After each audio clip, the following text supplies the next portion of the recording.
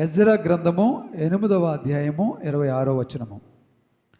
1300 మణుగుల వెండిని, 200 మణుగుల వెండి ఉపకరణములను, 200 మణుగుల బంగారమును, 7000 తులములు గల 20 బంగారపు గిన్నెలను, బంగారమంతా వెలగల పరిశుద్ధమైన 2 రాగి పాత్రలను తూచి వారి చేతికి అప్పగించి, మీరు యెహోవాకు ప్రతిష్ఠింపబడిన వారు, పాత్రలు ప్రతిష్ఠితములైనవి, ఈ వెండి బంగారములను మీ పితరుల దేవుడైన యెహోవాకు స్వేచ్ఛార్పణములై ఉన్నవి. కాబట్టి మీరు యెరూషలేములో యెహోవా మందిరపు ఖజానా గదులలో యాజకుల యొక్కయు, లేవీల యొక్కయు, ఇశ్రాయేలు పెద్దల యొక్కయు, ప్రధానులైన వారి ఎదుట వాటిని తూచి అప్పగించు వరకు వాటిని భద్రముగా ఉంచుడని వారితో చెప్పితిని. చూడండి, ఇక్కడ ఏమని రాయబడి ఉందంటే 1300 అంటే ఎంత? 1300 మణుగులు వెండి. అంటే మణుగు అంటే ఎంత, ఎన్ని కేజీలండి? 10 కేజీలు. మణుగు అంటే 10 కేజీలు. ఇక్కడ ఎన్ని వందల మణుగులు ఉన్నాయి? 1300 మణుగులు ఉన్నాయి. 1300 మణుగులు అంటే ఎన్ని కేజీలు వస్తుంది? 1300 × 10 అంటే 13,000 కేజీలు, అంతే కదా? 13,000 కేజీలు అంటే టన్ను కంటే కూడా ఇంకా 300 ఎక్కువ.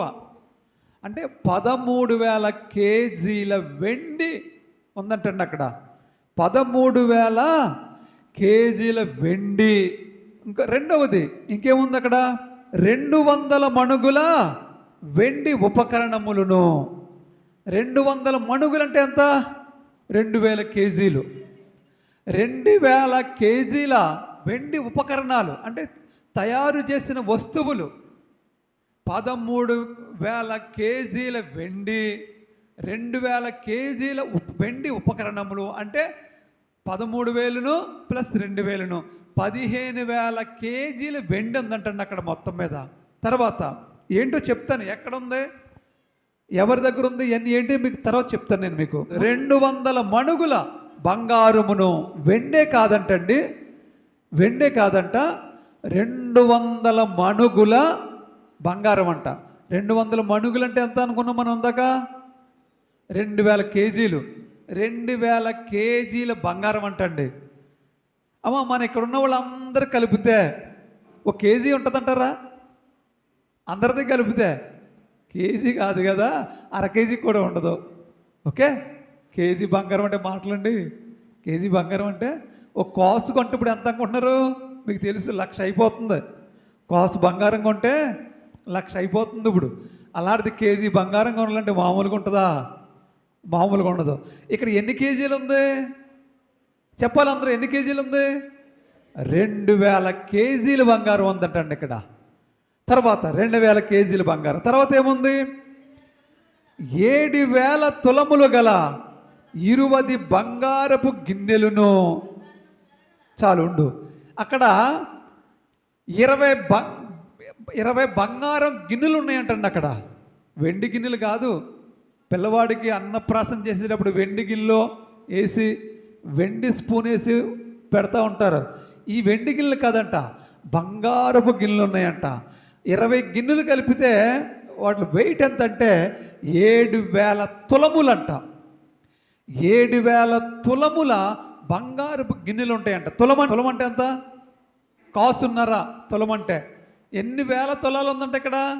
7,000 తులాలంటే సుమారుగా ఎన్ని కాసులు? ఇంచుమించుగా 7,000 ప్లస్ 3,500. 7,000 3,500 10,500 ఇంచుమించుగా దగ్గరగా 10,500 కాసులు బంగారం ఉందంటండి అక్కడ. తర్వాత ఈ 10,500 కాసులు బంగారం ప్లస్ 2,000 కేజీలు. 2,000 కేజీలు అంటే ఎన్ని కాసులు మనకు లెక్క చెప్పలేం అక్కడ. ఫస్ట్ 13,000 కేజీల వెండి, మళ్ళీ 2,000 కేజీల వెండి ఉపకరణం అంటే 15,000 కేజీల వెండి, తర్వాత 2,000 కేజీల బంగారం, తర్వాత 10,500 కాసుల బంగారం. ఇదంతా ఉందంటండి. తర్వాత ఇంకేముంది అక్కడ? బంగారం అంత వెలగల పరిశుద్ధమైన 2 రాగి పాత్రలు తూచి వారి చేతికి అప్పగించారంట. అంటే బంగారం ఎంత ఎత్తైతే ఉందో అంత వెలగల బంగారం అంత వెలగల బంగారం. ఈ 2,000 కేజీలు బంగారం, 10,500 కాసులు బంగారం కలిపితే ఎన్ని కోట్లు అవుతుందో అన్ని కోట్ల రూపాయలు విలువైన రాగి పాత్రలు 2 ఉన్నాయంట అక్కడ. ఆ 2 రాగి పాత్రలో ఇవన్నీ కలిసి యెరూషలేము దేవాలయములో ఒకరున్న దైవజనులకి, ప్రతిష్ఠించినటువంటి దైవజనుల దగ్గర తెచ్చి దేవుడికి ఇవ్వమని తూచి లెక్క వారికి అప్పగించారంట. దేవునికి స్తోత్రం కలుగునగాక. దేవుని మందిరానికి తెచ్చిన కానుకలు ఇవి. అర్థమవుతుందా మీకు? దేవుని ప్రజలు ఇచ్చినటువంటి కానుకలు ఇవి. ఎంత ఉందో చూడండి, బంగారం ఎంత ఉందో, వెండి ఎంత ఉందో. అలాగే బంగారం వెల కడితే ఎంత డబ్బులు వస్తుందో అంత డబ్బులు బట్టి 2 రాగి పాత్రలు చేయించి గుళ్ళోకి తెచ్చిచ్చారంటండి. ఎవరిచ్చారో చూడండి ప్రజలు. చెప్తాను ఇప్పుడు ఎవరిచ్చారింది మీకు నేను ముందుకెళ్ళి చెప్తాను. దేవునికి స్తోత్రం కలుగును గాక. ఇదంతా కూడా దేవుని మందిరంలో తెచ్చి అక్కడ ఉన్న ప్రతిష్ఠితులైనటువంటి వారి దగ్గరికి, యాజకుల దగ్గర తెచ్చి ఇచ్చి భద్రంగా దాయండి. దీనితోటి దేవునికి సంబంధించినటువంటి నైవేద్యాలు చేయండి, దహన బలులు అర్పించండి, అపరాధ పరిహారార్థ బలులు అర్పించండి. ఇంకా మీరు తోచినవి మీకు నచ్చినట్లుగా మీరు చేసుకోండి అని అక్కడ ఉన్నటువంటి రాజు ప్రకటన చేసి ఈ యొక్క మందిరంలోనికి యాజకులకి, ప్రతిష్ఠితులైనటువంటి యాజకులకి, అక్కడ ఉన్నటువంటి ఎవరైతే ముఖ్యమైన వాళ్ళు ఉన్నారో వాళ్ళకి అప్పగించేసి దేవునికి స్తోత్రం కలుగును గాక. ఏం జరిగింది ఏంటి చరిత్రలోకి వెళ్దాం. ముందు మన లోపలికి వెళ్దాం, కొంచెం లోతుగా దీన్ని అధ్యయనం చేద్దాం. ఏం జరిగింది అంటే, దేవుడు ఇశ్రాయేలు ప్రజల్ని 430 సంవత్సరాలు ఐగుప్తు దేశంలో బానిసలుగా ఉన్నప్పుడు దేవుడికి వారు మొర్ర పెడితే వారి మొర్ర విని ఆలకించి మోషే అనే ఒక దైవజనుడిని, నాయకుడిని లేవనెత్తి అతనికి అహరోను అనే వేరొక దైవజనుడిని ఆయనకి తోడుగా ఇచ్చి దేవుడు వారిని ఐగుప్తు దేశంలో బానిసలుగా ఉన్న ప్రజల్ని బయటికి తీసుకొచ్చి 40 సంవత్సరాలు సీనాయి అరణ్యములో, సీనాయి ఆ ప్రాంతములో వారిని నడిపించి కంటికి రెప్పలా కాపాడి, తినడానికి ఆహారం ఇచ్చి, త్రాగడానికి నీళ్ళిచ్చి, ఉండడానికి వసతులిచ్చి, వారికి అనారోగ్యాలు రాకుండా కాపాడి, సురక్షితంగా కాపాడి, వారికి సంతానం ఇచ్చి, ఆ సంతానాన్ని కానాను దేశంలో ప్రవేశపెట్టి, కానాను దేశంలో ఉన్నటువంటి 7 జాతుల ప్రజల్ని దేవుడు వెళ్ళగొట్టి అక్కడ ఉన్నటువంటి ఆ భూముల్ని, ఆ ఇళ్ళును, ఆ కానాను దేశాన్ని ఇశ్రాయేలు ప్రజలకు ఇచ్చి, మీరు వీటిని అనుభవించి నన్ను ఆరాధించండి, నేనే మీకు దేవుడను, మీరు నా ప్రజలు, నేను మీ దేవుణ్ణి, నేను తప్ప మీకు వేరొక దేవుడు ఉండకూడదు అని చెప్పి దేవుడు వారికి ఒక నిబంధన ఏర్పాటు చేసి వారి చేతికి ఇవన్నీ ఇస్తే వారు ఏం చేశారంటే కొంతకాలం దేవుణ్ణి ఆరాధించేవారు. ఈ పెద్దవాళ్ళు ఉన్నంతసేపు దేవుణ్ణి ఆరాధించేవారు. ఒక 100 సంవత్సరాలు, ఒక 150 సంవత్సరాలు అయ్యేటప్పటికి పిల్లలు పెరిగేటప్పటికి ఈ పెద్దవాళ్ళు ఒరే మన దేవుడు యెహోవా దేవుడురా అంటే యేసు ప్రభురా అని వీళ్ళకి చెప్పకపోవడం కారణం చేత వాళ్ళేమో నువ్వు యేసు ప్రభు నమ్ముకో, మేము మాకు నచ్చిన దేవుడిని మేము నమ్ముకుంటాం అన్నట్లుగా వాళ్ళు వెనకపోవడం చేత ఇలా తొలగిపోతూ ఉండేవారు. దేవుడు ఇశ్రాయేలు ప్రజల్ని ఏర్పాటు చేసుకున్నాడు. లోకంలో కోటానుకోట్ల మంది ప్రజలు ఉన్నప్పటికీ కూడా ఇశ్రాయేలు ప్రజల్ని ప్రత్యేకంగా ఎన్నుకుని నాకు మీరు ప్రజలుగా ఉండండి అని ఏర్పాటు చేసుకున్నాడు.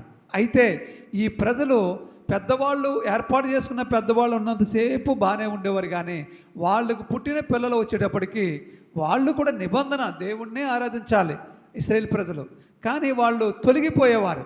తొలగిపోయినప్పుడల్లా దేవుడు ఏం చేసేవాడంటే వాళ్ళ దగ్గరికి ఒక పాస్టర్ గారిని పంపించడం, అంటే ఒక ప్రవక్తను పంపించడం, వాళ్ళకి తెలియజెప్పేవాడు. ఇదిగో దేవుడైన యెహోవా సెలవిచ్చు మాట ఏమిటంటే మీరు యెహోవా వైపు తిరగండి, అప్పుడు ఆయన మీ వైపు తిరుగుతాడు అని ఇలాంటి ప్రకటనలన్నీ చేస్తూ ఉండేవారు ప్రవక్తలు. అంటే యెషయా ప్రవక్త, యెహెజ్కేలు ప్రవక్త, దానియేలు ప్రవక్త, మీకా ప్రవక్త, ఓబద్యా ప్రవక్త, మలాకీ ప్రవక్త, ఇలాగా నహోము ప్రవక్త, ఇలాట ప్రవక్తలందరూ కూడా ఇంచుమించుగా ఈ టైంలో ఎంత టైంలో ఎన్ని వందల సంవత్సరాల్లో వీళ్ళు ఉన్నారో ఆ వందల సంవత్సరాల్లో వీళ్ళకి చెప్తూ వచ్చేవారు, మీరు తొలగిపోకండి, తొలగిపోతే మీరు పాడైపోతారు, మన దేవుడు యేసు ప్రభువు తండ్రైన యెహోవా దేవుడు అని చెప్తూ వచ్చేవారు. వినేవాళ్ళు తొలగిపోయేవారు. తొలగిపోయిన వాళ్ళని దేవుడు మరి అపవాదిగా అప్పగించేసేవాడు, శోధనలకు అప్పగించేసేవాడు, దేవుడు మొత్తేవాడు. వాళ్ళకి అనారోగ్యాలు వచ్చాయి, వాళ్ళకి శ్రమలు వచ్చేవి, వాళ్ళకి శోధనలు వచ్చేవి, పరాయి దేశం రాజులు వచ్చి వాళ్ళని ఓడించేవారు, ఆ రాజ్యాన్ని కబళించేవారు. ఇలా జరుగుతూ వచ్చేది. రాజ్యాన్ని పరిపాలించే రాజులు కూడా ఒక్కొక్క రాజేమో దేవుణ్ణి అనుసరించి నడిచేవాడు. వాడికి పుట్టిన కొడుకు రాజు అయిన తర్వాత దేవుడికి విరుద్ధంగా నడుచుకునేవాడు. ఇలా జరిగేవారు ఇశ్రాయేల్ ప్రజల్లో. ఇశ్రాయేల్ రాజులు అలాగే ఉండేవారు కదా. ఇశ్రాయేల్ ప్రజలు రెండుగా చీలిపోయారు, అనగా యూదులను బెన్యామీనులు ఒక రాజ్యం అయిపోయారు, మిగతా 10 గోత్రాలు ఒక రాజ్యం అయిపోయారు. ఇశ్రాయేల్ ప్రజలు రాజులుగా ఉండేవారు, ఇశ్రాయేలీలు రాజులుగా ఉండేవారు ఇశ్రాయేల్ ప్రజలకి, యూదుల్లో ఉన్న వాళ్ళు రాజులుగా ఉండేవారు. వాళ్ళు కలిసి చెరొక రాజ్యాన్ని ఏలేవారు.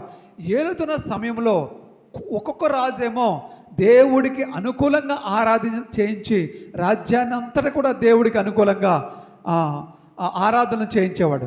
ఒక్కొక్క రాజేమో దేవుడికి విరుద్ధంగా, దేవుడికి నచ్చని విధంగా బయలుకు నైవేద్యాలు అర్పిస్తూ వాళ్ళు ప్రవర్తన చేస్తూ ఉండేవారు. ఈ విధంగా జరుగుతూ ఉండేది. అలా దేవుణ్ణి ఆరాధించడం చేపు రాజ్యాలు బాగుండేవి, దేవుణ్ణి విడిచిపెట్టేసిన తర్వాత రాజ్యాలు పాడైపోతూ ఉండేవి.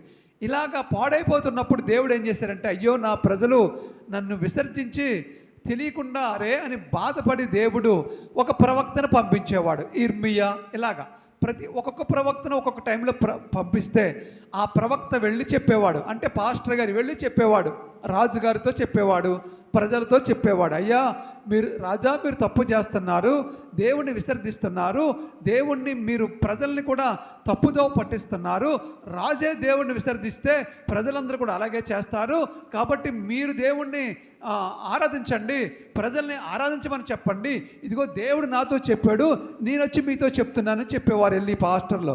ఒక్కొక్క రాజు ఏం చేసేవాడంటే మాట విని చెప్పిన పాస్టర్ గారిని గౌరవించి సన్మానించి పంపించేసేసి దేవుణ్ణి ఆరాధించి రాజ్యమంతా కూడా దేవుణ్ణి ఆరాధించమని చెప్పేవారు.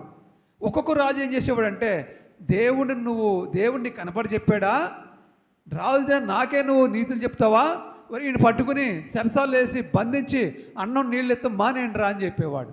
ఒక్కొక్క మూర్ఖుడు రాజు ఉంటాడు కదా, అలా చేసేవాడు. ఇలాగా కాలం జరుగుతూ ఉండేది. ఇలా కాలం జరుగుతూ ఉంటే కొన్ని తరతరాలు గడిచిపోయింది. తరతరాలు గడిచిపోయేటప్పటికి కొంతమంది దేవుణ్ణి ఆరాధించేవారు, కొంతమంది దేవుణ్ణి వదిలేసేవారు. అప్పుడు ఇలాంటి పాస్టర్లు వెళ్ళి చెప్తాం పట్టిన తర్వాత మళ్ళీ దేవుణ్ణి అత్తుకునేవారు. కొన్ని సంవత్సరాలు గడిచేటప్పటికి మళ్ళీ పాతకెళ్ళిపోయేటప్పటికి మళ్ళీ దేవుణ్ణి వదిలేసేవారు. ఇలాగా ఒక్కొక్కసారి నమ్ముకుంటాం, ఒక్కొక్కసారి వదిలేస్తాం, ఇలా అప్ అండ్ డౌన్స్గా జరుగుతూ ఉండేటప్పటికి కొన్ని తరాలు జరిగేటప్పటికి దేవుడికి ఇసుకొచ్చేసిందండి. దేవుడికి ఇసుకొచ్చేసేసి వీళ్ళు చెప్పినా వినరు, వీళ్ళు నచ్చినట్లుగానే ప్రవర్తిస్తారు అని దేవుడు ఏం చేశాడంటే వాళ్ళని పరాయి రాజుల చేతులకి బానిసలుగా అప్పగించేశాడు. పరాయి రాజుల చేతులకి బానిసలుగా అప్పగించేస్తే ఇశ్రాయేలు రాజులు ప్రజలందరినీ అస్సూరు రాజు అస్సూరు దేశానికి తీసుకుపోయాడు. ప్రజలందరినీ బానిసలుగా పట్టుకుని, యూద రాజ్యంలో ఉన్న ప్రజలందరినీ, యూదులందరినీ బబులోను రాజు బబులోనికి బానిసలుగా తీసుకుపోయాడు. అంటే యూదులేమో బబులోనికి చెరగొని పోయారు, ఇశ్రాయేలీలేమో అస్సూరికి చెరగొని పోయారు. మొత్తం మీద ఈ ప్రజలందరూ కలిసి దేవుడిని విసర్జించిన కారణంగా దేవుడు ఉగ్రతకు లోనయ్యి దేవుడికి ఇసుపొచ్చి వీళ్ళని వదిలేసాడు. వదిలేసిన కారణంగా పరాయి రాజులు వచ్చి ఈ ఇశ్రాయేలు దేశం మీదకి వచ్చి యెరూషలేము మీదకి వచ్చి ఆ దేశాన్ని ఓడించి ఆ రాజ్యాన్ని కాల్చేసి నేలమట్టం చేసేసి ఈ ప్రజలందరినీ తీసిపోయారు.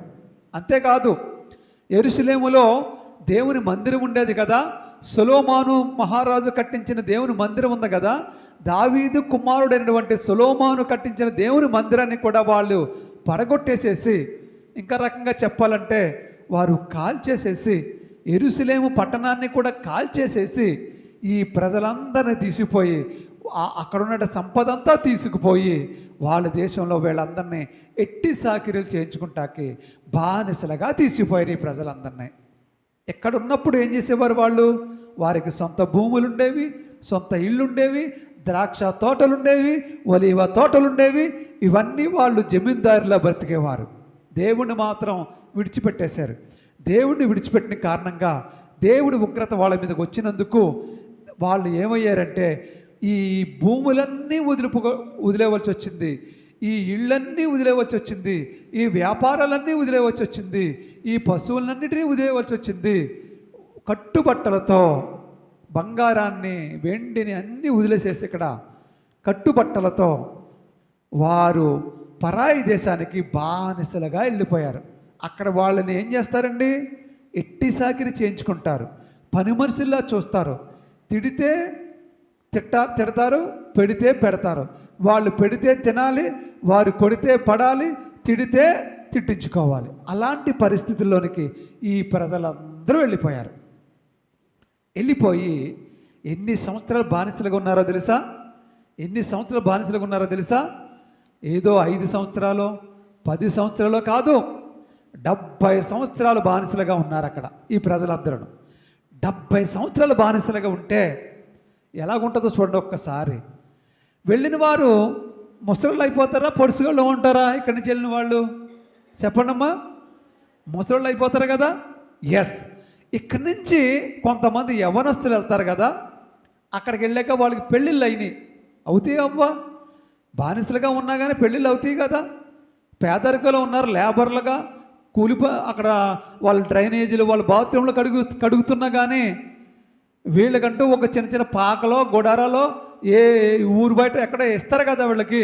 అక్కడ ఏదో ఏడుస్తూ మేము అక్కడ ఉన్నప్పుడు పెద్ద పెద్ద బిల్డింగుల్లో బ్రతికాం, పెద్ద పెద్ద కోటల్లో బతికాం, నాకు 100 ఎకరాలు ఉండేది, ఈవేళ ఇక్కడ నేను కూలోడి కింద ఎట్టి సాకిరీ చేస్తున్నానని ఏడిసినా కానీ కాపురాలు చేసుకుంటారు కదా, వాళ్ళకి పెళ్ళిళ్ళు చేసుకుంటారు కదా. పెళ్ళిళ్ళు చేసుకుంటే అక్కడికి వెళ్ళాక వాళ్ళకి పిల్లలు పుడితే వాళ్ళకి కూడా పెద్దోళ్ళు అయిపోయి వాళ్ళకి ఒక్కొక్కరికి 50 సంవత్సరాలు 60 సంవత్సరాలు 70 సంవత్సరాల వయసులు కూడా వచ్చేసినాయి. అవునా? వస్తాయి రావా? ఎందుకంటే ఇక్కడి నుంచి వెళ్ళిపోయి 70 సంవత్సరాలు అయింది అక్కడికి వెళ్ళి. ఇక్కడి నుంచి వెళ్ళిపోయినప్పుడు చిన్నపిల్లలకు ఉన్నవాళ్ళు అక్కడ పెద్దోళ్ళు అయిపోయి పెళ్ళిళ్ళు చేసేసుకుని పిల్లలు పుట్టేస్తే వాళ్ళు అక్కడికి వెళ్ళిన తర్వాత పుట్టిన పిల్లలు కూడా పెద్దోళ్ళు అయిపోయి వాళ్ళకు కూడా పెళ్ళిళ్ళు అయిపోయినాయి. అలాగా ఇక్కడి నుంచి బానిసలుగా వెళ్ళిన తర్వాత అక్కడ పుట్టిన పిల్లలు కొంతమంది ఉన్నారండి. ఆ పిల్లలు ఎవరో చూపిస్తాను ఒకసారి. ఎజ్రా గ్రంథము తీయండి ఒకసారి, 2వ అధ్యాయం తీయండి. ఎజ్రా గ్రంథము 2వ అధ్యాయం చదవండి ఒకసారి. ఎజ్రా గ్రంథము 2వ అధ్యాయము. బబులోను రాజైన నెబుకద్నెజరు చేత బబులోను దేశమునకు చెరగా తీసుకొని పోబడిన వారికి ఆ దేశమందు, చూడండి, ఆ దేశమందు చెరగా వెళ్ళిపోయిన వారికి ఆ దేశమందు పుట్టి చెరలో నుండి విడిపింపబడి యెరూషలేమునకు యూదా దేశమునకు తమ తమ పట్టణములకు పోవునట్లుగా సెలవు పొంది. ఎవరు సెలవు పొందిన వాళ్ళు? అక్కడ పుట్టిన వాళ్ళు ముఖ్యమైన వాళ్ళు పేర్లు రాశాడు. ఇక్కడ అందరినీ రాయలేదు, ముఖ్యమైన వాళ్ళు. ఎవరాళ్ళు? జెరుబ్బాబేలు. ఈ జెరుబ్బాబేలు ఎవరో తెలుసా మీకు? అమ్మా, ఈ జెరుబ్బేలు ఎవరో తెలుసా మీకు? యెరూషలేము దేవాలయానికి, సొలొమోను కట్టిన యెరూషలేము దేవాలయాన్ని వీళ్ళు పడగొట్టేసి కాల్చేసి వెళ్ళిపోయారు కదా. మళ్ళా రెండవసారి పునాది రాయి వేసిన వాడు ఈ జెరుబ్బేలు. అర్థమైందా మీకు? ఈ జెరుబ్బేలు ఎక్కడ పుట్టాడు? బబులోను దేశంలో పుట్టాడు. ఇశ్రాయేలీలు అక్కడ పుట్టాడు. చెరగా వెళ్ళిపోయారు తల్లిదండ్రులు అక్కడికి బానిసలుగా. అక్కడ పుట్టాడు ఆయన. అక్కడ పుట్టినా కానీ ఈయనకి భక్తి అక్కడ ఉన్న దేవుడి మీద భక్తి ఉందా, వీళ్ళ దేవుడి మీద భక్తి ఉందా ఈయనకి? జెరుబ్బేలు ఎక్కడో పరాయి దేశంలో పుట్టాడు, కానీ ఇశ్రాయేలుడు అతను. ఆ పరాయి దేశంలో ఉన్నటువంటి వాళ్ళు అనుసరించేటటువంటి మార్గాన్ని, దైవత్వాన్ని, భక్తిని అనుసరిస్తున్నాడా? అక్కడ పుట్టినా అక్కడ పెరిగినా వీళ్ళ తల్లిదండ్రుల దేవుడిని అనుసరిస్తున్నాడా? వీళ్ళ తల్లిదండ్రుల దేవుడు అయినటువంటి యేసుక్రీస్తు ప్రభువునే, అనగా యెహోవా దేవుణ్ణే అనుసరించి ఇక్కడ పుట్టలేదు. యేసు ప్రభు అంటే ఏటో అతను తెలియదు, యెహోవా దేవుడు అంటే ఏటో అతను తెలియదు. అయినప్పటికీ కూడా ఆ దేశంలో ఉన్నా ఎప్పుడు నా దేశం వెళ్ళిపోతాను, నేను ఎప్పుడు నా దేవుణ్ణి ఆరాధిస్తాననే ఆశతోనే ఉన్నాడు జెరుబ్బేలు. కనుకనే అతడే రెండవసారి మళ్ళీ మందిరానికి పునాది రాయేసిన వాడిలో అతడు ప్రాముఖ్యుడు. దేవునికి స్తోత్రం చెప్పండి. ఇంకా ఎవరు? యోషువ, నెహమ్యా. ఈ నెహమ్యా కూడా మీకు తెలుసు. ఈ నెహమ్యా కూడా ఒక పుస్తకమే ఉంది ఇందులో. ఈ నెహమ్యా కూడా అక్కడే పుట్టాడంట. ఎక్కడ? ఇశ్రాయేలు దేశంలో పుట్టలేదు, చెరగను పోయినటువంటి చెరలో ఉన్నప్పుడు పుట్టాడు ఇతను. చెరలో బబులోను దేశంలో పుట్టాడు. అంటే ఇప్పుడు ఇరాక్ దేశం, బబులోను దేశం అంటే ఇప్పుడు ఇరాక్ దేశం అంటారు దాన్ని ఇప్పుడు. ఆ ఇరాక్ దేశంలోకి వీళ్ళందరూ చెరగను పోయేటప్పుడు ఇజ్రాయేల్ దేశంలో నుండి అక్కడ పుట్టాడు ఈ నెహమ్యా. ఈ నెహమ్యా ఎవరో తెలుసా? యెరూషలేము చుట్టూ గోడ, ప్రహారీ గోడ కట్టించిన వాడు ఈ నెహమ్యా. ముందుండి కట్టించాడు. ఇంకా ఎవరున్నారు అక్కడ? షారయ, రెయ్యేలాయ, మొర్దుకై. మొర్దుకై కూడా మీకు తెలుసు, ఎస్తేరు యొక్క తండ్రి, అంటే పెంచుకున్న తండ్రి. అమ్మా మొర్దుకై యొక్క, ఎస్తేరు యొక్క మొర్దుకై. ఈ మొర్దుకై కూడా మరి ఆ దేశానికి ప్రధానమంత్రి అయ్యాడు. 127 సంస్థానాలకి ఇతను ప్రధానమంత్రి అయ్యాడు. ఇతను కూడా ఎక్కడ పుట్టాడు? బబులోను దేశంలోనే, బానిసలుగానే ఉన్న దేశంలో పుట్టాడు, చెరలోనే పుట్టాడు. వీళ్ళందరూ ఎలాంటి తెలుసా? దేవుని కోసం రోషం కలిగి సైనికులుగా ముందు నడిచేవాళ్ళు వీళ్ళందరూ కూడా. దేవుని కోసం ఏమైనా చేయడానికి సిద్ధపడేవాళ్ళు వీళ్ళందరూ కూడా. అలాంటి ముఖ్యమైన వాళ్ళు పేర్లు రాశాడు ఇక్కడ. వీళ్ళు పుట్టింది ఇజ్రాయేల్ దేశంలో పుట్టలేదు, యెరూషలేములో పుట్టలేదు. వీళ్ళు ఎక్కడ పుట్టారంటే ఒక బబులోను దేశంలో బానిసలకు వెళ్ళిపోయి చెరలో ఉండి, అంటే జైల్లో ఉన్నంతగా ఉన్న ఆ టైంలో అక్కడ పుట్టిన వీళ్ళందరూ కూడా పుట్టి గొప్పవాళ్ళు అయ్యారు, చాలా గొప్పవాళ్ళు అయ్యారు. ఒకడేమో దేవుని మందిరానికి పునాది రాయేసేంత గొప్పవాడయ్యాడు. ఒకరేమో ఏ దేశంలో అయితే బానిసలుగా పోయాడు ఆ దేశానికే ప్రధానమంత్రి అయ్యేంతగా దేవుడు ఆశీర్వదించాడు. దేవునికి స్తోత్రం కలుగునుగాక. తర్వాత ఇంకెవరు? మొర్దెకయి, బిల్షాను, షుష్పెరెతు, బిగ్వాయి, రెహాము, బయానా అనువారితో కూడా వచ్చిన ఇశ్రాయేలు యొక్క లెక్క ఇది. దేవునికి స్తోత్రం కలుగును గాక. ముఖ్యమైన వాళ్ళ పేర్లు రాశాడు ఇక్కడ. వీళ్ళందరూ అక్కడే పుట్టి గొప్పవాళ్ళు అయ్యారు. దేవుణ్ణి మాత్రం మర్చిపోలేదు. దేవుణ్ణి మర్చిపోయారు వాళ్ళ తల్లిదండ్రులు. ఇది మీరు అండర్లైన్ చేసుకోండి. గుర్తించుకోవాల్సిన వాళ్ళేమో దేవుణ్ణి మర్చిపోయారు. వాళ్ళకి పుట్టిన పిల్లలేమో వాళ్ళ తల్లిదండ్రులు తప్పు చేసిన వాళ్ళే కదా, మా తల్లిదండ్రులు తప్పు చేశారు కదా, అందుకే మేము ఈ దేశంలో బానిసలుగా బతుకుతున్నాం, మనమైనా దేవుణ్ణి ఆరాధిద్దామని వాళ్ళకి పుట్టిన పిల్లలు దేవుణ్ణి ఆరాధించడం మొదలెట్టాడు. నువ్వు దేవుణ్ణి వదిలేస్తే దేవుణ్ణి వదలడు సుమా. నీ మనమన్నో, నీ మునిమన్నమన్నో, లేకపోతే నీ కొడుకునో, నీ కూతురునో పట్టుకొని ఇక్కడికి వచ్చి కూర్చోబెడతాడు. అర్థమవుతుందా? అది ఎవరైనా అవనివ్వండి, దేవుడిని మాత్రం మనము విడిచిపెట్టకూడదు. దేవుణ్ణి మాత్రం మనం వదిలేస్తే, దేవుణ్ణి మనం ఆశ్రయిస్తే దేవుడు మనల్ని ఎంత గొప్పవాళ్ళని చేస్తాడు. మనం దేవుణ్ణి విడిచిపెట్టేస్తే దేవుడు మనము సాతాను గడికి దొరికేస్తాం. అర్థమవుతుందా? ఎప్పుడు దేవుని విడిచిపెట్టకూడదు. నేను త్వరగానే 5 నిమిషాల్లో ముగిస్తాను. చూడండి, వీళ్ళందరూ కలిసి వీళ్ళకొక బాధ ఉంది. ఏం బాధో తెలుసా? అయ్యో, మన దేశాన్ని విడిచిపెట్టి ఇక్కడికి వచ్చేసి మన బానిసలుగా బతుకుతున్నామే, మన దేవుని మందిరం అక్కడ పడిపోయి ఉందే, 70 సంవత్సరాలు అయిపోయింది దేవుని మందిరం వీళ్ళు పాడు చేసేసేసి, మనకు దేవుడి మందిరం కావాలి, దేవుడి మందిరం కావాలని తపనతో ఉన్నారు వీళ్ళు. అయితే దేవుడు ఏం చేశాడు తెలుసా? దేవుడు అద్భుతాలు చేస్తాడండి, ఆశ్చర్యకార్యాలు చేస్తాడు. ఆ దేశాన్ని పరిపాలిస్తున్న కోరేషు అనే రాజుకు దేవుడు ప్రేరేపణిచ్చాడు.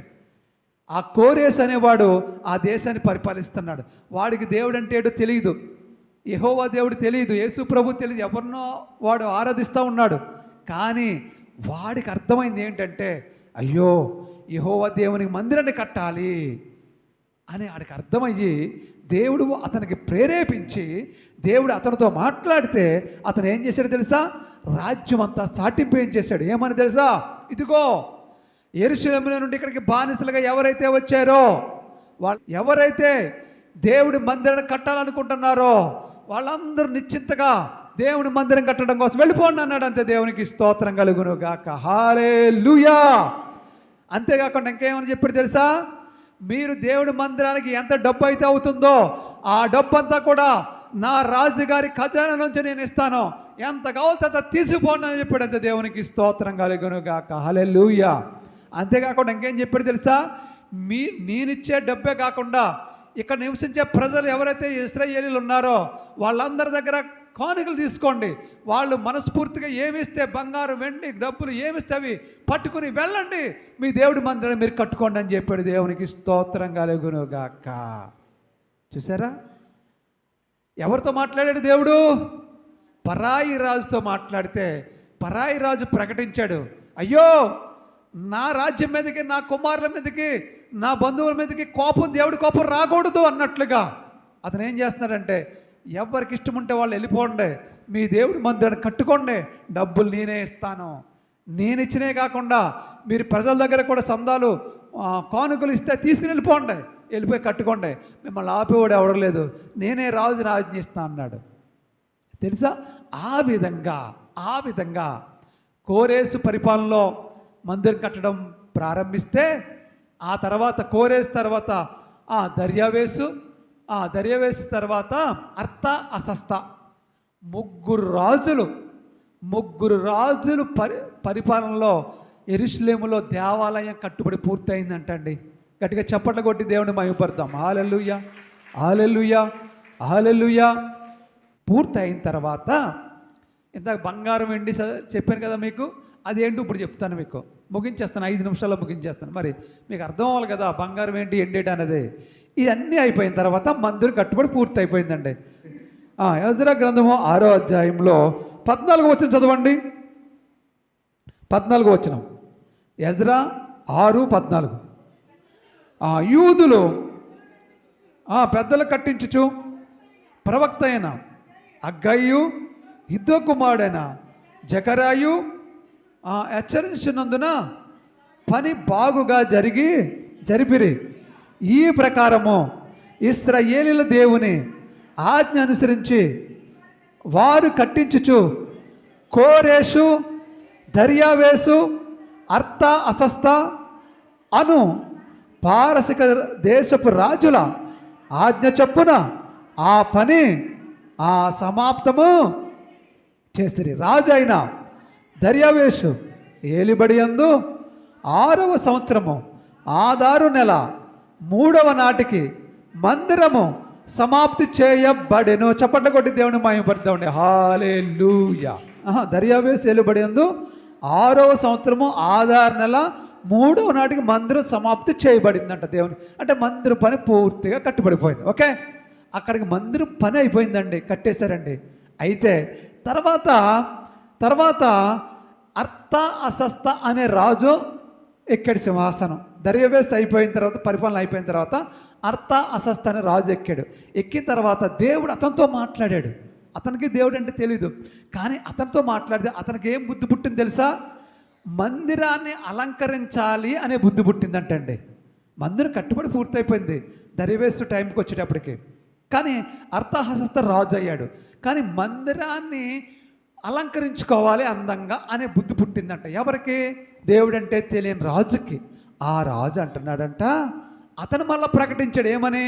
అతను ప్రకటించడేమని, ఇదిగో నా రాజ్యములో ఉన్నటువంటి ఇశ్రాయేలు యూదులు ఎవరైతే ఉన్నారో వాళ్ళకి నేను విడుదలిస్తున్నాను, వెళ్ళండి, వెళ్ళి మీ మందిరాన్ని, మీ మహాదేవుడైన ఆకాశమందలి గొప్ప దేవుడైన మహాదేవుడైనటువంటి యెహోవా దేవుని మందిరాన్ని మీరు అలంకరించుకోండి, వెళ్ళి దానికి ఎంత డబ్బు అవుతుందో అంత డబ్బు కూడా నా ఖజానాలో చేస్తాను.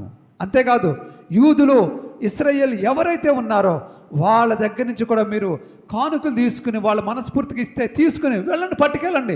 బంగారం ఇస్తారు, ఏమి ఇస్తారు, అవన్నీ లెక్కలేనంతగా ఇచ్చి మీరు పట్టుకెళ్ళిపోండి.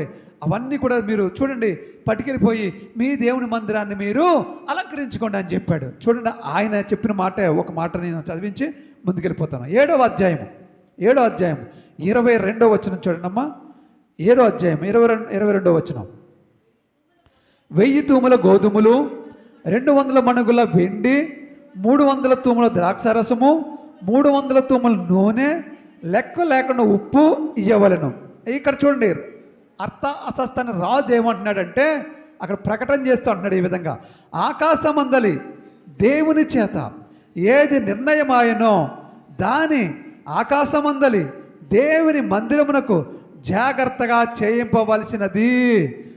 ఇది చూడండి, ఈ మాట వినండి జాగ్రత్తగా. రాజు యొక్క రాజ్యం మీదకిని అతని కుమారుల మీదకిని కోపం ఎందుకు రావాలను అంటున్నాడు. అయ్యి బాబోయ్, దేవుడు అంటే నాకు భయం వేస్తుంది, నా మీదకి కానీ నా రాజ్యం మీదకి కానీ నా కుమారుల మీదకి కానీ దేవుని కోపం ఎందుకు రావాలి? రాకూడదు. కాబట్టి మీకేం కావాలితే అవి పట్టిపోండి, మీకు ఏది కావాలితే అది పట్టుకెళ్ళి దేవుని మందిరాన్ని ఏం చేయాలంట?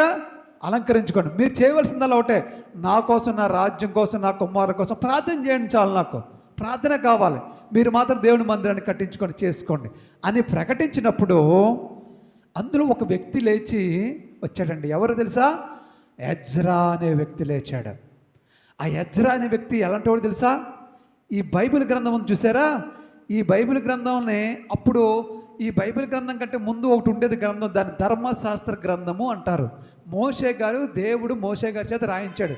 ఆ ధర్మశాస్త్ర గ్రంథాన్ని అవపోసనం చేసిన వాడు. ఆ ధర్మశాస్త్ర గ్రంథంలో శాస్త్రి అతను, ప్రావీణ్యుడు అతను, ఆ ఎజ్రా. ఆ రాజు ఏం చేశాడంటే ఈ ఎజ్రాని యెరూషలేములో ఉన్నటువంటి ఇశ్రాయేలు ప్రజలకి ఈ ధర్మశాస్త్ర గ్రంథాన్ని బోధించడానికి అతను నియమించి అధికారిగా నియమించాడు.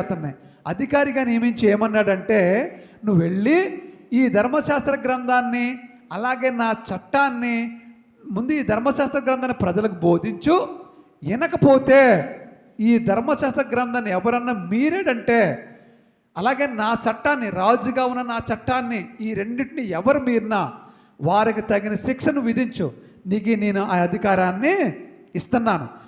వాళ్ళకి ఎలాంటి శిక్షలు విధిస్తావంటే కింద ఉంది 25వ వచనం.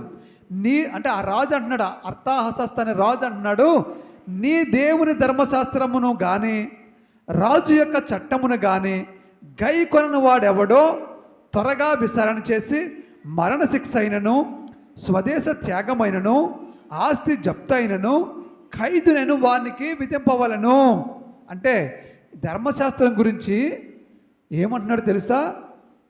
ఒక దేశాన్ని పరిపాలించే రాజు, దేవుని ఎరగని రాజు అంటున్నాడు, ఈ ధర్మశాస్త్ర గ్రంథాన్ని ఎవడైనా వ్యతిరేకిస్తే, అలాగే నా రాజుగారి చట్టాన్ని వ్యతిరేకించిన, ఈ రెండింటిని వ్యతిరేకిస్తే వాడు వ్యతిరేకించిన తీరును బట్టి వాడికి నువ్వు శిక్షలు విధించాలి. ఎలాగంటే వాడు తీవ్రంగా వ్యతిరేకిస్తే ఆ వ్యతిరేకించిన తీరును బట్టి మరణశిక్షలు కానీ, లేకపోతే దేశం నుంచి బయటికి పంపేయడం కానీ, లేకపోతే అతనికి ఉన్న ఆస్తిని జప్తు చేయడం కానీ, లేకపోతే జైల్లో ఖైదీగా వచ్చడం కానీ, ఇలాంటి శిక్షలు విధించే అధికారాన్ని నేను నీకు ఇస్తున్నాను, నువ్వు వెళ్ళు అని ఎజ్రాన్ని పురమాయిస్తే, అంటే దేవుడు అంటే ఎంత గొప్పవాడో తెలియని ఒక రాజు దేవుడి గురించి ఇంత గొప్పగా ప్రకటించాడు.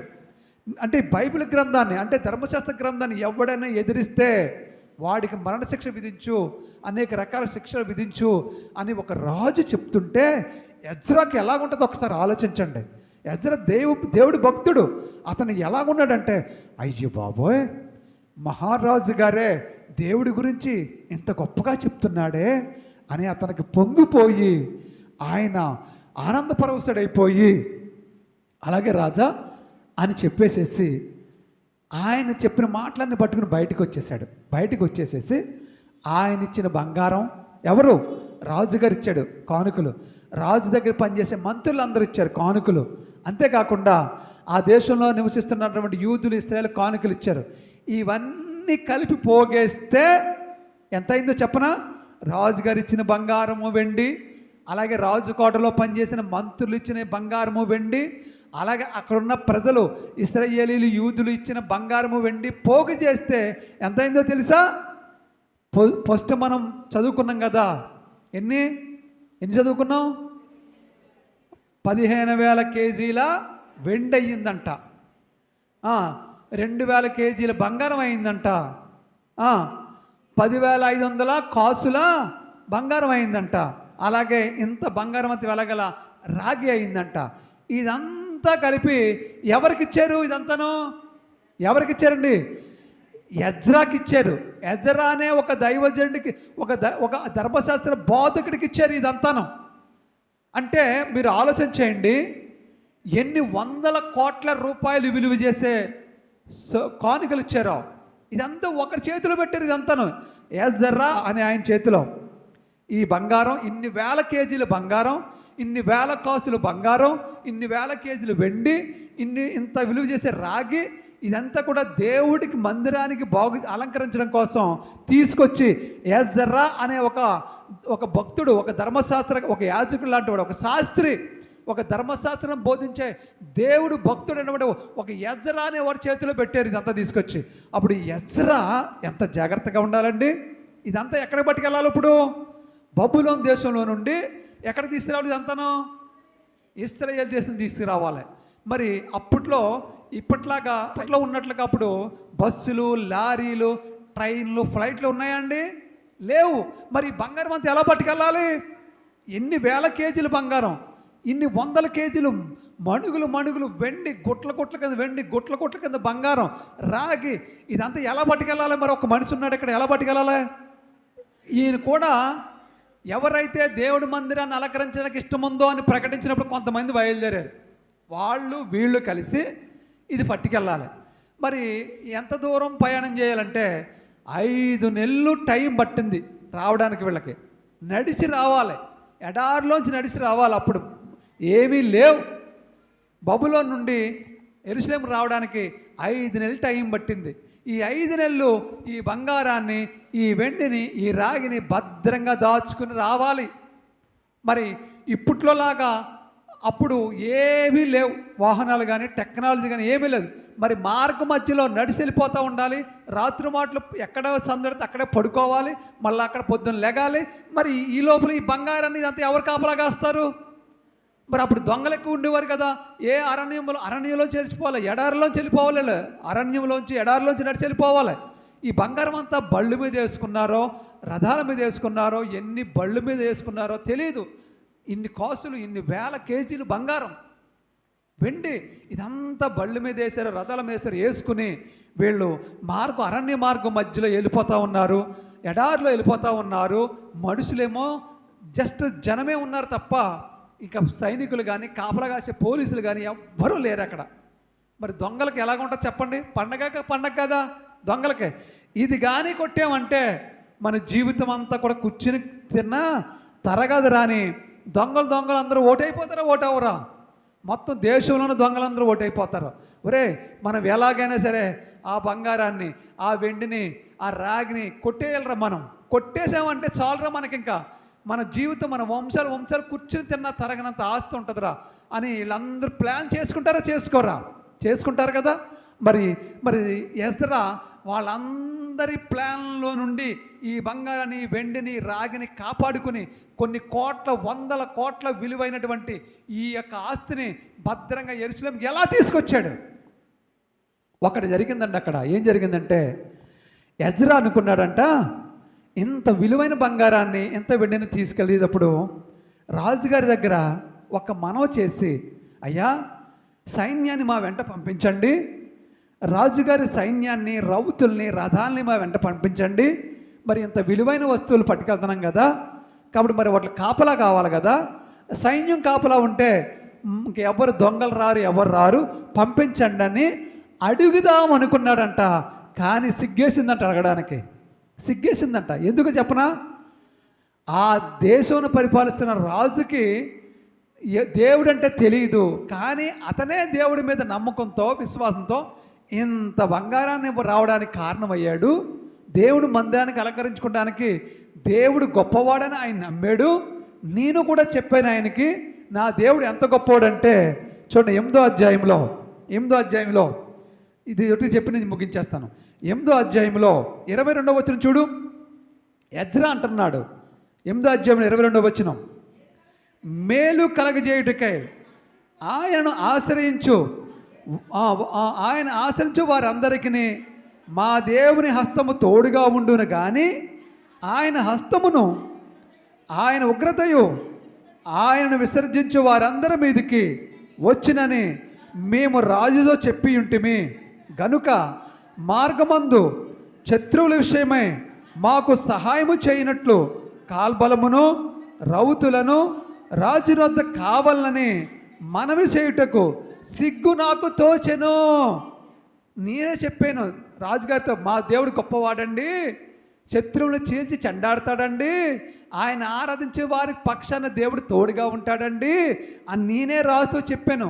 ఇప్పుడు మళ్ళీ నేనే రాజు దగ్గరికి వెళ్ళి, అయ్యా మమ్మల్ని కాపాడటానికి సైన్యాన్ని పంపండి అంటే ఏం బాగుంటుంది చెప్పండి? నాకు సిగ్గేసిందని అడగలేకపోయాను. కానీ ఇన్ని కోట్ల విలువైన బంగారాన్ని జాగ్రత్తగా పట్టుకెళ్ళాలి, లేకపోతే మా దేవుడి నామానికి అవమానం, మాకు అవమానం. ఇంత వేలపోయినటువంటి బంగారం అంతా ఏమైపోద్ది అని ఆలోచన చేస్తే, మరి ఇప్పుడు ఎవరు మమ్మల్ని రక్షిస్తారు? వెళ్తే దొంగలు దోసేస్తారు దారిలో. రాజుగారిని సైన్యాన్ని పంపించమందామంటే సిగ్గేస్తుంది, దేవుడి నామానికి అవమానం. ఇప్పుడు ఏం చేయాలి? సురక్షితంగా మేము చేరుకోవాలి, సురక్షితంగా ఈ బంగారం అంతా పట్టుకెళ్ళాలి. ఏం చేయాలని ఆలోచిస్తే అతను ఒకటే తట్టిందండి ఆలోచన. ఏంటంటే, మనం అందరం కలిసి దేవుడికి 3 రోజులు ఉపవాస ప్రార్థనలు చేద్దాం అన్నాడు. అంతే గట్టిగా చెప్పండి, కొట్టి దేవుడు మహిమపడదాం. హల్లెలూయా. ఈ సమస్య నుంచి మనం బయటపడాలి, సురక్షితంగా మన బంగారం అంతా యెరూషలేముకు చేర్చాలి, మనం కూడా ప్రాణాలతో సురక్షితంగా ఇంటికి వెళ్ళాలి. ఎందుకంటే డబ్బు దగ్గర ఉందనుకోండి, దొంగోడు నిన్ను చంపైనా సరే తట్టిపోతాడు. అది అర్థమవుతుందా? నీ దగ్గర కేజీ బంగారం ఉందనుకో, ఒరే బాబు చంపకుండా ఈ బంగారం పట్టిపోయినా గొడవలేదు, ఆడ అలా వదిలేడు, నువ్వు బతుకుంటే అరుస్తావని చెప్పాడు. ఏం చేస్తాడంటే నిన్ను చంపేసి ఆ బంగారం పట్టిపోతాడు. ఇప్పుడు దొంగలు అలాగే ఉన్నారు, ఎన్ని చూస్తలేదు మనం టీవీల్లోనూ వార్తల్లోనూ. అమ్మా మనిషిని చంపేసి డబ్బట్టిపోతున్నారు కదా. మరి ఆనాడు అన్ని వేల కేజీలు బంగారం ఉన్నప్పుడు ఈ మనుషులు బతకనిస్తారా చెప్పండి? వీళ్ళని చంపేసి ఆ బంగారం అంతా పట్టిపోతారు. అందుకు కాబట్టి బంగారం సురక్షితంగా యెరూషలేము దేవాలయానికి వెళ్ళాలి, మనం కూడా క్షేమంగా యెరూషలేము దేవాలయానికి వెళ్ళాలంటే మనం ఒకటే చేయాలండి, 3 రోజులు ఉపవాస ప్రార్థనలు ఉండాలి. రండి మనం అందరూ ఉపవాస ప్రార్థన చేద్దాం అని చెప్పి మార్గ మధ్యలో ఒక నది ఉందంటండి. ఆ నది పేరు ఏం పేరు తెలుసా? అహావా నది. మనకు దగ్గరలో ఓ నది ఉంది. ఆ నది పేరు ఏం పేరు? మన దగ్గరలో నది ఉంది. ఏంటి నది? రాజమండ్రిలో ఉంది కదా ఒక నది. ఏమి నది? గోదావరి నది. విజయవాడలో ఏమి నది ఉంది? కృష్ణా నది. ఇంకో నది ఇంకో చోట తుంగభద్ర, కావేరి, ఇలాగ నదులు ఉన్నాయి మనకి. అలాగే అక్కడ అహావా నది అని ఒక నది ఉందంట. ఆ నది దగ్గర ఆపి జనమందరూ గుడారం వేసుకుని ఆ బంగారం అంతా అక్కడ ఆపి అక్కడ దేవుడికి ఉపవాసం చేశారటండి. ఎన్ని రోజులు ఉపవాసాలు చేశారట అక్కడ దేవుడికి? 3 రోజులు ఉపవాసం చేసి దేవుడిని ఆరాధించారంటండి. చదవండి, ముగించేస్తున్నాను ఇంక నేను. చదవండి, అక్కడ ఎంత ఉంది? 21వ వచనం. అప్పుడు దేవుని సన్నిధిని మమ్మును మేము దుఃఖపరుచుకుని మాకును మా చిన్నవారికిని మా ఆస్తికిని శుభప్రయాణం కలుగునట్లుగా ఆయన్ని వేడుకున్నటకు అహావా నది దగ్గర ఉపవాసం ఉండుడని ప్రకటించి తిని, తర్వాత పైన ఉపవాసం ఉండి ఆ సంగతిని బట్టి మా దేవుని వేడుకొనగా ఆయన మా మనవి అంగీకరించెను. ఉపవాసం ఉన్నారంట 3 రోజులు. ఏమని ప్రార్థన చేశారంట? మాకు మా చిన్నవారికి, అంటే మా పిల్లలతో బయలుదేరాం మేము, ఈ బంగారం అంతా తీసుకుని మేము సురక్షితంగా, మేము మా పిల్లలము సురక్షితంగా ఉండాలి, అలాగే ఈ ఆస్తి అంతా కూడా సురక్షితంగా ఉండాలి, మేము భద్రంగా యెరూషలేము చేరుకోవాలి అని 3 రోజులు దేవునికి ప్రార్థన చేస్తే దేవుడు ఏం చేశాడు తెలుసా? వాళ్ళు చేసిన ఆ మనవి దేవుడు అంగీకరించాడు. గట్టిగా చప్పట్లు కొట్టి దేవుడికి మహిమపడతాం. హల్లెలూయా. గనుక నేను యాజకుల నుండి ప్రధానమైన 12 మందిని అనగా సెరబ్యం వీళ్ళందరినీ కూడా తీసుకుని ఎక్కడికి వెళ్ళారంటే వాళ్ళు యెరూషలేము. చూడండి, మేము 31వ వచనం, మేము మొదటి నెల 12వ దినమందు యెరూషలేమునకు వచ్చుటకై అహావా నది నుండి బయలుదేరగా మా దేవుని హస్తం మాకు తోడుగా ఉండి శత్రువుల చేతుల నుండి మార్గమందు పొంచిన వారి చేతుల నుండి మమ్మను తప్పించినందున మేము యెరూషలేమునకు వచ్చి 3 దినములు అక్కడ బస చేసితిమి. 4వ దినమున వెండి బంగారములను పాత్రలను మా దేవుని మందిరమందు యాజకుడు యూరియా కుమారుడైన మెరోమోతు చేత తూనిక వేయబడెను. అతనితో కూడా ఫినెహాసు కుమారుడైన ఎలియాజరు ఉండెను. వీరితో లేవీలైన యోషువ కుమారుడైన యోజబాదును బిన్నియు కుమారుడైన కూడా ఉండిరి. సంఖ్య చొప్పున ఎత్తు చొప్పున అన్నిటినీ సరిచూచిన తర్వాత వాటి ఎత్తు ఎంతైన లెక్కలో వ్రాసిరి.